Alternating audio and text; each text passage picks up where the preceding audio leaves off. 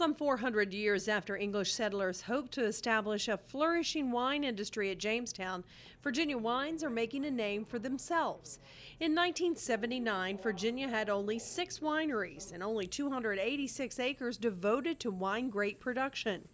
Today, there are more than 157 wineries and nearly 3,000 acres of vineyards, making Virginia the 5th largest wine-producing state in the nation. It was just like an explosion, like people were just waiting for something that they could do with their farmland that they felt they could actually get a return on. Virginia's winemaking style is similar to the wine estates of Europe. Most of the wineries are family-owned. Ann Heidig and her family planted their vineyard in the 1980s and opened their winery in 1990.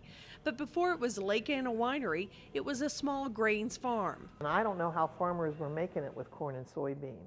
And really, one of the things we saw was that it was something that we could do and actually perhaps make a little money, have a good small business that we could do in our retirement. And now it's turned into actually a family business.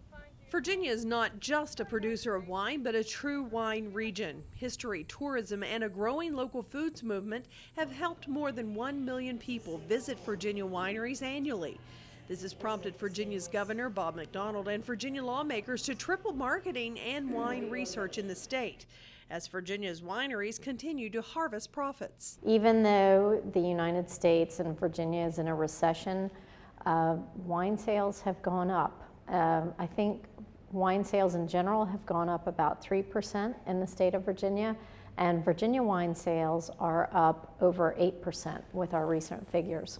More acres are under vine than any time in its history. New wineries opening their doors. Exciting new winemakers are coming to the state.